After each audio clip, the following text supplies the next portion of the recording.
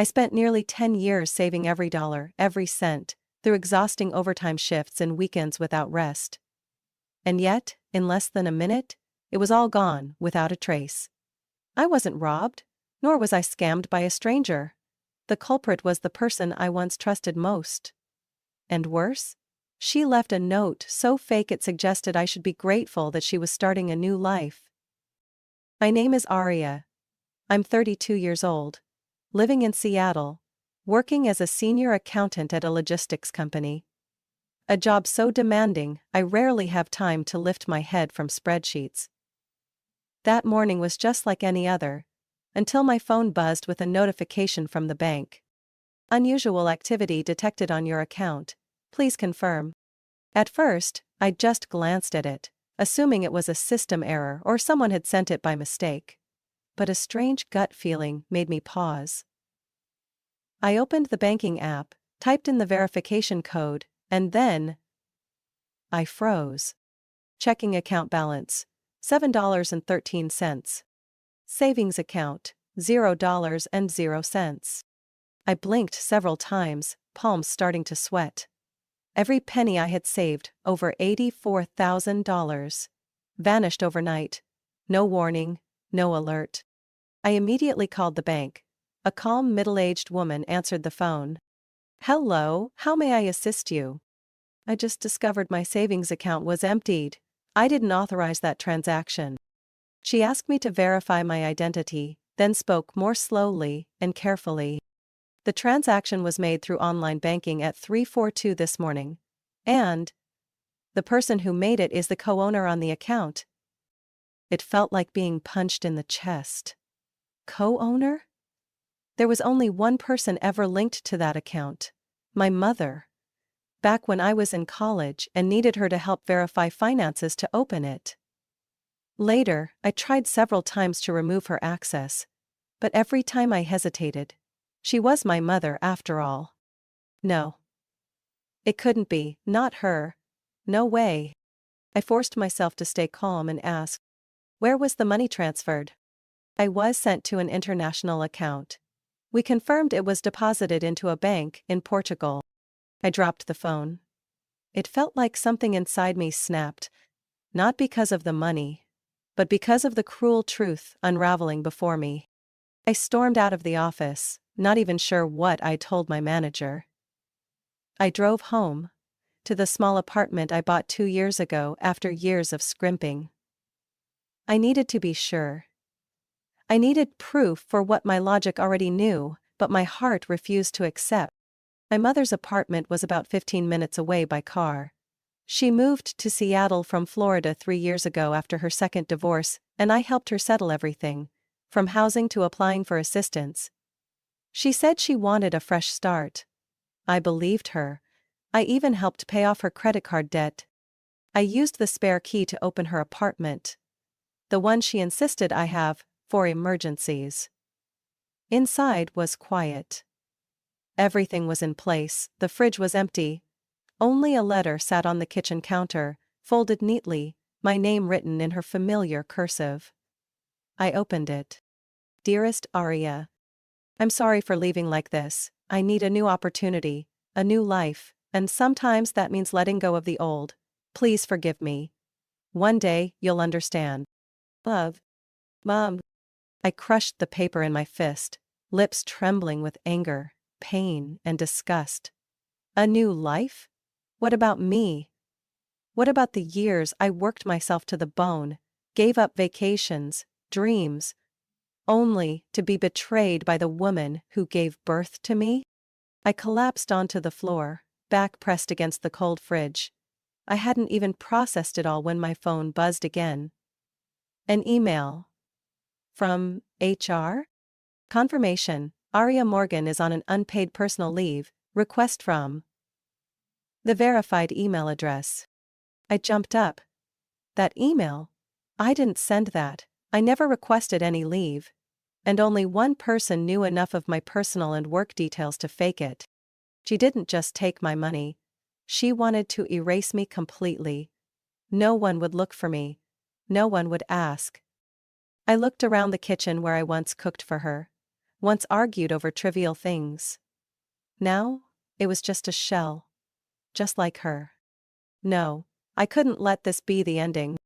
I took a deep breath, stood up, grabbed my phone, and headed back to the car. I didn't know what I would do next. But one thing was certain. She thought she had won. But the game had only just begun. I got back to my apartment just as the Seattle sky faded into evening. The dim light outside mirrored the emptiness inside me. I didn't turn on the lights. I didn't need them to realize I had just been completely robbed by my own mother. Not just financially, but of the final shred of trust I had left. I sank onto the living room floor, surrounded by scattered work papers and a half-eaten box of cold pizza. My mind kept replaying the line from her note, "I need a new life." Every time I read it again, I felt more sickened. My phone buzzed. I glanced at it indifferently, expecting another email faked by her. But no. It was an unfamiliar number from Arizona. "Hello?" I answered, my voice hoarse. "Aria Morgan, this is Stephen Kane, attorney for Mrs. Dolores Whitman, your grandmother. I regret to inform you that she passed away this morning. Would you be able to travel to Tucson in the next few days?" My entire body froze, like being thrown into a freezer. No, that can't be," I stammered. "I just FaceTimed with her last week. She was fine. She told me her orchids were blooming. It was a sudden heart attack. Emergency services couldn't save her." I couldn't respond. The air had been sucked out of the room. I leaned my head against the wall, closed my eyes, trying to stay composed, but the tears came anyway. Uncontrollable. Unforgiving. Dolores Whitman wasn't just my grandmother. She was the only one who never abandoned me. No matter how many times my mother broke promises. No matter how many nights I was left waiting outside school until 10 p.m. because she forgot. It was Grandma who always showed up. Never angry, never complaining. She was the one who secretly paid my college tuition after my mother pulled her support at the last second. She bought me my first interview suit. She was the only one who ever looked my mother in the eye and said, "Stop using that girl like a walking wallet." And now she was gone too. "Aria, I know this is a lot to take in," Mr. Kane said gently, "but your grandmother left a will, and you've been named the sole heir. We need you here to finalize some matters." I couldn't hear anything else, my ears were ringing. All I felt was the sensation of falling, with no end in sight. "My dear, make sure you eat properly. I have a strange feeling like something is about to happen. But don't worry, I've prepared everything for you. No matter what happens, remember, you deserve a better life." I broke down crying like a child. Not because of the money, not because of the betrayal, but because the last person who ever stood by me was gone forever. The next morning, I sat in the kitchen, stunned, clutching a cup of coffee gone cold, my eyes fixed on an email from the airline confirming my flight to Tucson. I would fly out that evening. Another notification popped up. New transaction alert from my bank account. I opened it. A new withdrawal from a dependent credit card I'd forgotten my mother still had.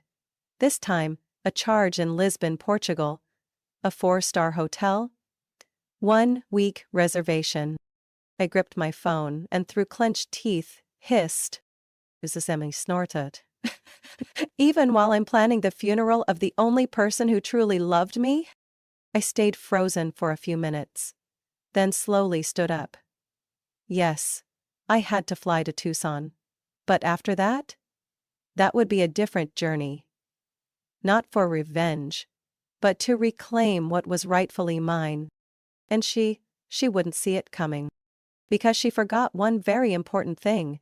Dolores Whitman was never the kind to leave empty-handed. And if my grandmother left me anything, I would use it to end this game for good. I arrived in Tucson on a gloomy afternoon, the sky streaked with gray clouds that mirrored my mood. Attorney Stephen Kane's office was in a red brick building, not far from the cemetery where my grandmother had just been laid to rest. I had laid flowers at her grave earlier that morning, a bouquet of pale blue hydrangeas, her favorite. I didn't cry. I had no more tears left to shed. Stephen met me at the door, a middle-aged man with salt and pepper hair, dressed simply but neatly. He shook my hand, his eyes reflecting genuine sympathy, not the cheap pity I'd become all too familiar with. Boji. Arya, thank you for coming. I know this isn't an easy time for you. It's fine, I replied, flatly. I need to know what my grandmother left. And what she wanted from me. We stepped into a small conference room, where a stack of documents, a few cups of coffee, and a thick, cream-colored envelope sat neatly in front of me. Stephen took a seat across from me, opening the folder before him. Dolores Whitman was a woman of great foresight, Arya. She prepared for this day 3 years ago. The will was last updated 8 months ago. I nodded slightly, my chest heavy. You are the sole beneficiary, he said, short and sharp as a blade. All assets, shares, real estate, investments, everything, is in your name as of her passing. I was stunned. I'm sorry, could you clarify? Everything means... He nodded, sliding the file toward me. The Blue Horizon boutique hotel chain, currently valued at $11.8 million. 3 plots of land in Arizona and New Mexico, worth about $3 million. A mixed investment portfolio, nearly $1.4 million. In addition, a liquid account with approximately $620,000. And a collection of antique jewelry I believe you've seen before. I gripped the armrests of my chair. My mouth had gone dry. I didn't know she had so much. Doradas was discreet, but very intentional, and you should also know she was especially firm when it came to your mother. Miss Gloria Morgan. My chest tightened at that name. Bakchi. What did my grandmother say? Stephen opened a handwritten note attached to the will. He read every word, clearly. I, Dolores Whitman, deliberately and with full awareness exclude my daughter Gloria Morgan from any inheritance, because I believe she has spent her life abusing the trust of others. She has had more than enough, from me and from others. She deserves not a single cent more. I clenched my hands under the table. My grandmother really wrote that? In her handwriting, then signed. There's also a video verification. I exhaled deeply. My emotions were a tangle of shock and sadness. I had always known my grandmother saw through my mother's facade, but reading those words still pierced my heart. Stephen slid the envelope toward me. This. She asked me to hand to you personally. It's her personal journal, some pages marked. And a final letter. I opened the envelope. Inside was a worn leather-bound book with gilded edges, heavy, and carrying the scent of old paper. I didn't open it immediately. My hands were still trembling. "Oh, question, Stephen," I looked up. "Does my mother know about any of this yet?" He hesitated. I received 3 calls from an unknown number over the last 2 days. The woman identified herself as Gloria Morgan, demanding her rightful share and threatening legal action if excluded from the will. I recorded all of it. I scoffed. The sound cold as metal scraping over ice. She's in Lisbon, living off my money. And she's still not letting go. Stephen looked at me with weighted eyes. Arya, your grandmother left you more than wealth. This isn't just an inheritance. It's an opportunity. You could stay silent, live in comfort, sever all ties. Or I could give my mother a taste of what she's spent her life dealing out. Consequences. He said nothing more. I stood, journal and documents in hand, thanked him, and walked out of the office. On the way back to the hotel, I opened the journal. A page was marked with red ribbon. I flipped to it. Dearest Arya, if you're reading this, then I'm gone. But I've watched you grow into a strong, kind, and unwavering woman. Traits your mother tried to extinguish. I didn't leave you wealth. I left you freedom. Freedom from manipulation, from the burdens your mother always placed on you. But remember, Don't let anger rule you. A snake is most dangerous when it thinks it's winning. Don't sever the tie too soon. Let her walk into the trap she built herself. I closed the journal, hands clenched. I knew exactly what I needed to do. And this time, I would be the one leading the way. I sat in the lounge of the small hotel in Tucson. My grandmother's journal laid open in front of me. The page marked with red tape still there like a slash straight across the palm. I had read that entry dozens of times in the past 24 hours, and each time it became clearer. My grandmother hadn't just left me an inheritance, she left me a strategy. A way to end it all, not through rage, but with the same cold, calculated intellect my mother once prided herself on. Don't cut her off, Aria, I whispered, as if speaking to my grandmother. Let her walk into the trap herself. I opened my laptop, logged into my personal email, and typed a sweet-sounding subject line. Something we need to talk about, please read carefully. The message was short. Mom, I know about everything. But I also know you did what you did to chase a better life. I understand that, truly. Grandma left me quite a lot. And I don't think it's fair to keep it all. I want to share a portion. If you truly want to start over, I'll send you a plane ticket to Seattle. We can talk there, really talk, one last time. Aria. I didn't hit send immediately. I needed to stage everything before casting the bait. 3 weeks later, I officially took ownership of the entire estate, including the villa on Bainbridge Island, which had been Grandma's favorite retirement spot, and the penthouse in downtown Seattle my mother had coveted for over 10 years. The penthouse was the perfect golden cage, luxurious, expensive, and full of things my mother would never be able to control. I hired Ryan, a security specialist and former military, to install hidden surveillance throughout the unit, from the safe to the jewelry cabinet, from the laptop to the landline phone. Everything was encrypted, but sprinkled with enticing breadcrumbs, fabricated account numbers, fake passwords, and forged financial agreements designed to lure her in. I also hired Amanda, my best friend from college, now an IT specialist, to set up full-room audio recording and a firewall to intercept any outgoing emails without pre-approval. Meanwhile, I asked Mr. Stephen Kane to accidentally let it slip to my mother's attorney that I was considering sharing a portion of the inheritance if there was goodwill. One subtle nudge was all it took. Sure enough, less than a week later, she replied with an email, titled, "Sweetheart, I miss you." I let out a cold laugh, lips pressed tight. It had begun. I booked a first-class ticket from Lisbon to Seattle and emailed it with a message. You should rest during the long flight. Seattle is beautiful this time of year. I've prepared a special room. You'll recognize it immediately. Her reply came not long after. You always know how to touch my heart. Thank you for this chance. I promise I won't disappoint you again. Won't disappoint me again? Last time she cleaned out my entire account. Before that, she convinced me to drop out of school to help her with business. The first time, when I was just 12, she used my writing prize money to pay off a credit card I never even knew existed. This time, she would get one last chance to reveal her true self under the gaze of every camera in the house. The morning she landed at SeaTac, I didn't go to the airport. I sent a private driver instead, along with a bouquet of white orchids. The flower, she once said, makes me feel elegant again. I stood in the penthouse living room when I heard the door open. She walked in, her blonde hair perfectly blown out, a cream cashmere coat draped over her shoulders, a Prada bag swinging from her arm.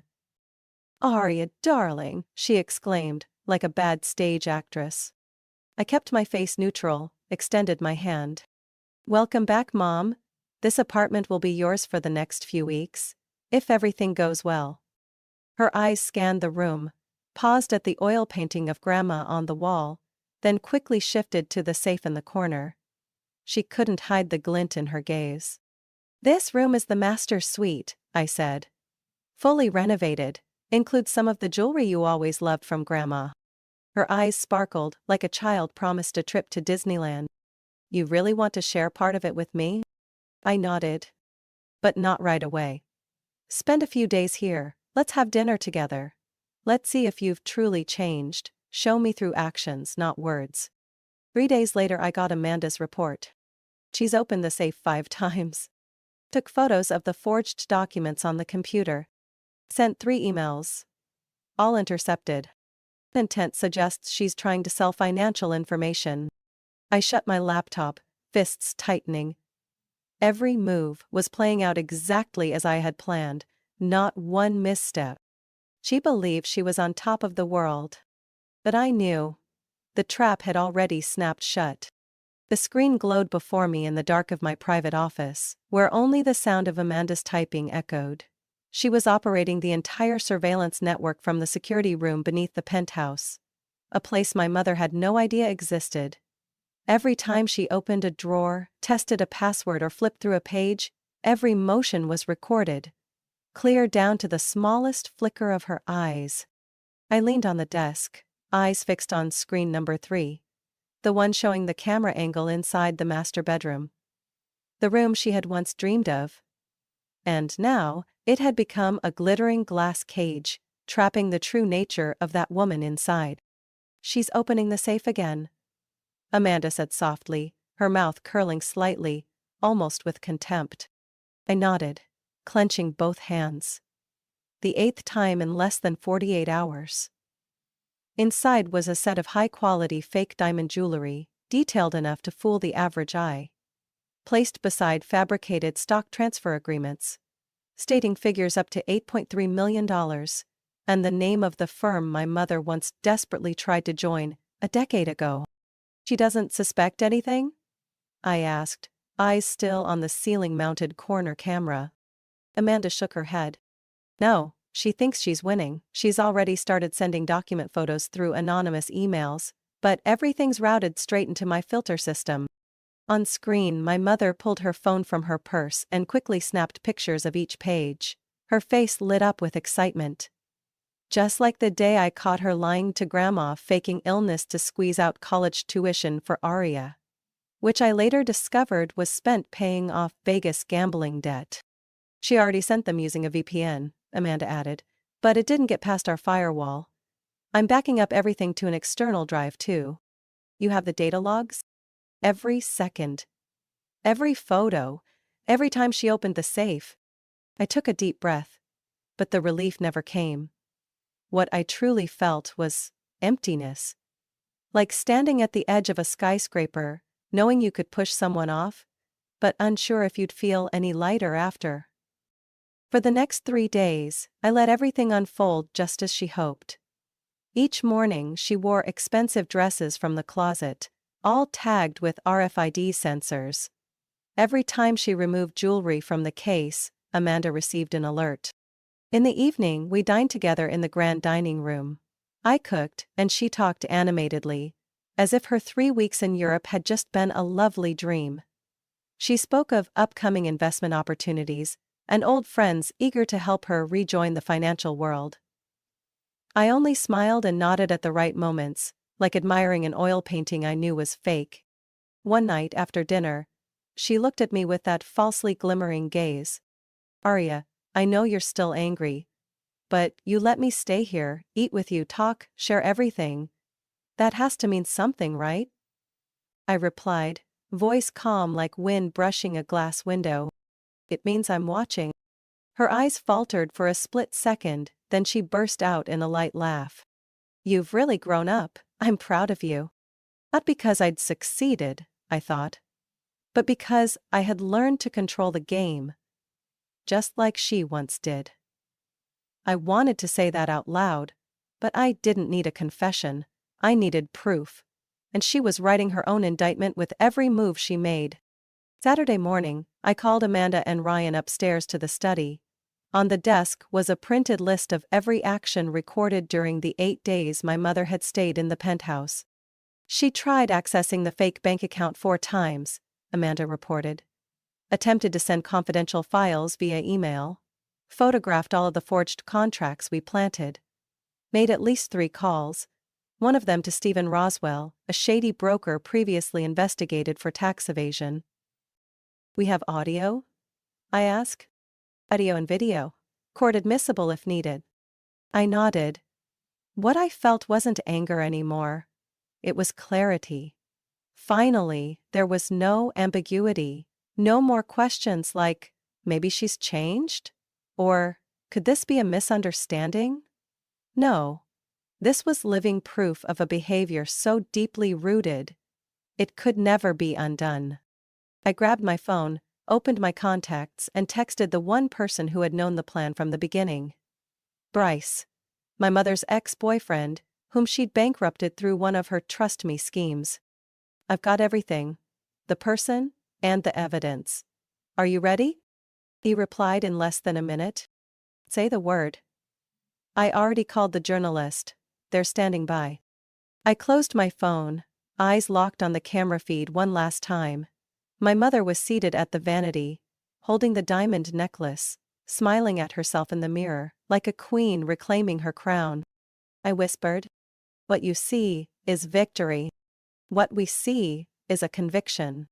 And I was ready to announce the verdict. Viridian Oak was where Seattle's financial elite gathered. Not loud, not too public, but discreet enough for million-dollar handshakes to be exchanged over filet mignon. It was also where my mother chose to host her strategic lunch, with 3 potential investors. Tempted by the very same fake contracts I had planted in the safe. I didn't need confirmation.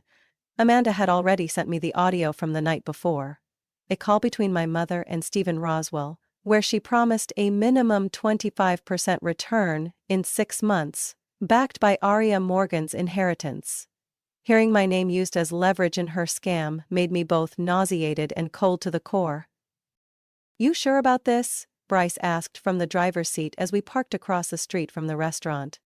"This is the final step," I said, eyes fixed on the glass revolving door. "Where she would walk in like a queen and leave as a disgrace." She arrived exactly on time, as if her life were a pre-scripted production.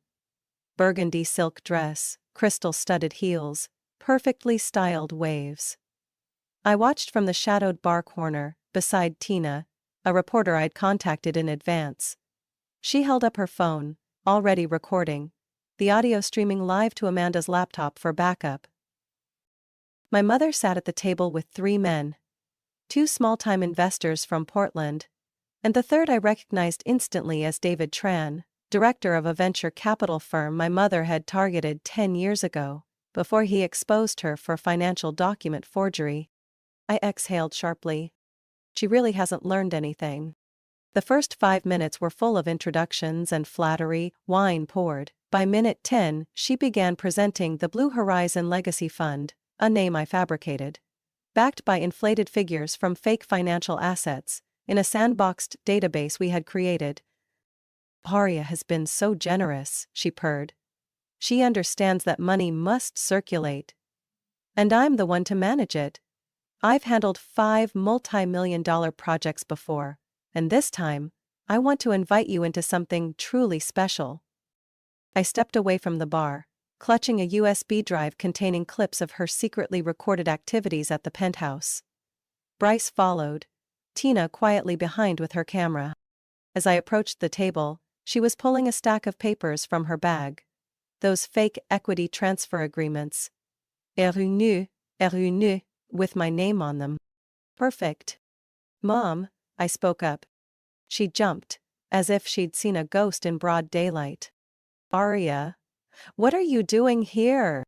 "Oh, well, maybe you should ask yourself that question," I replied, pulling out a USB and placing it on the table.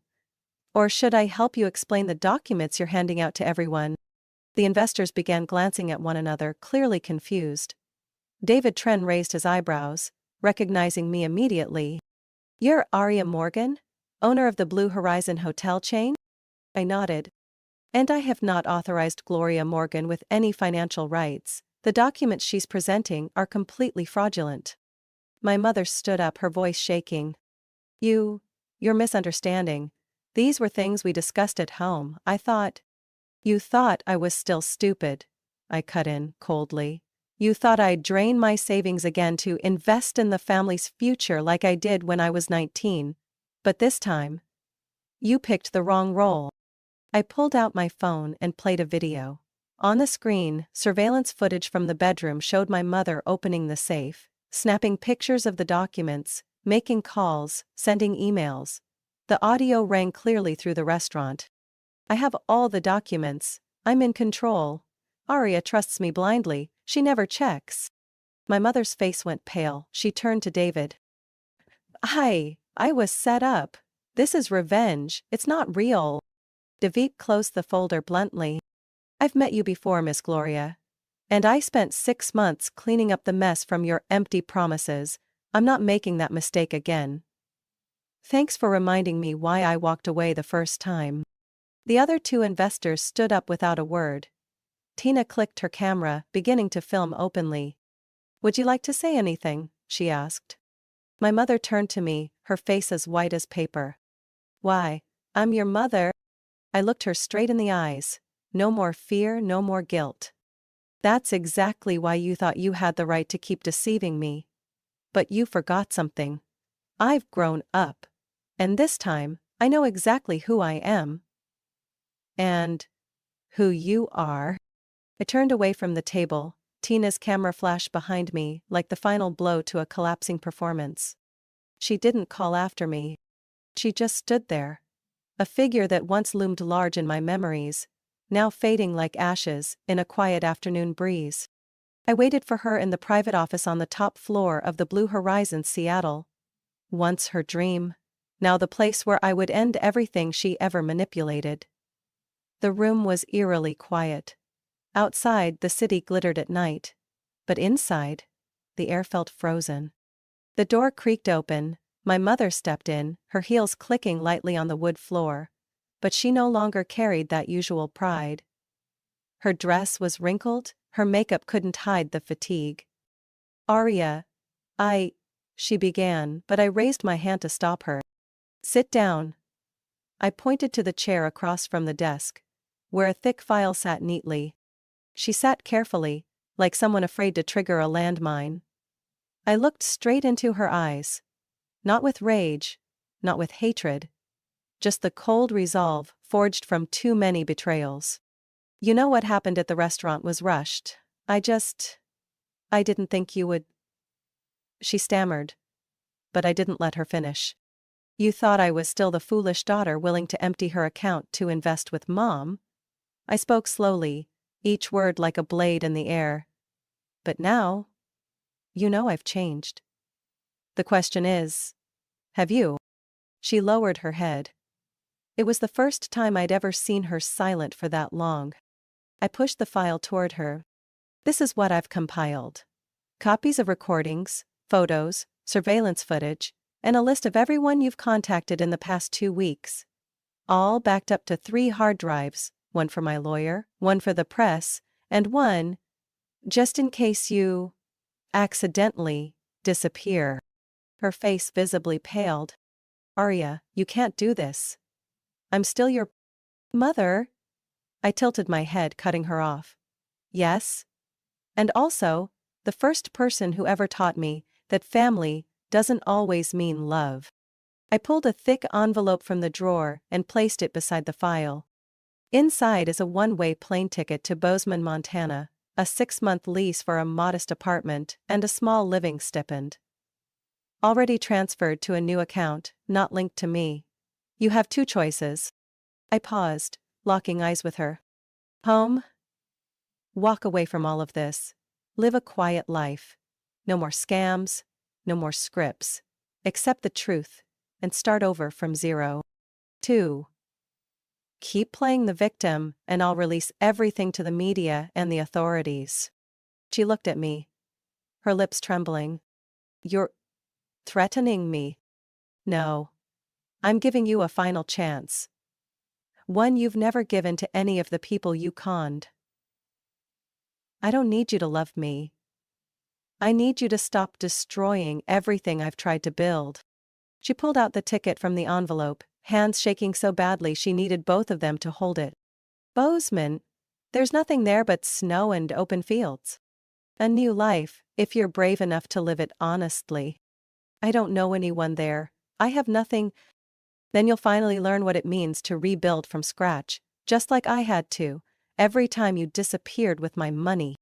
I stood up, pulled out my phone and opened my email app. You have 3 minutes. If you choose to go, I'll delete this message. If not, I'll hit send. Every reporter Tina flagged will get it. A copy will go to the city attorney's office. Silence. 1 minute. Then 2. She sat there, eyes hollow like she hadn't slept in days. Then suddenly she stood up. You're really going to throw me away like garbage? I looked at her, hollow inside. No. You threw your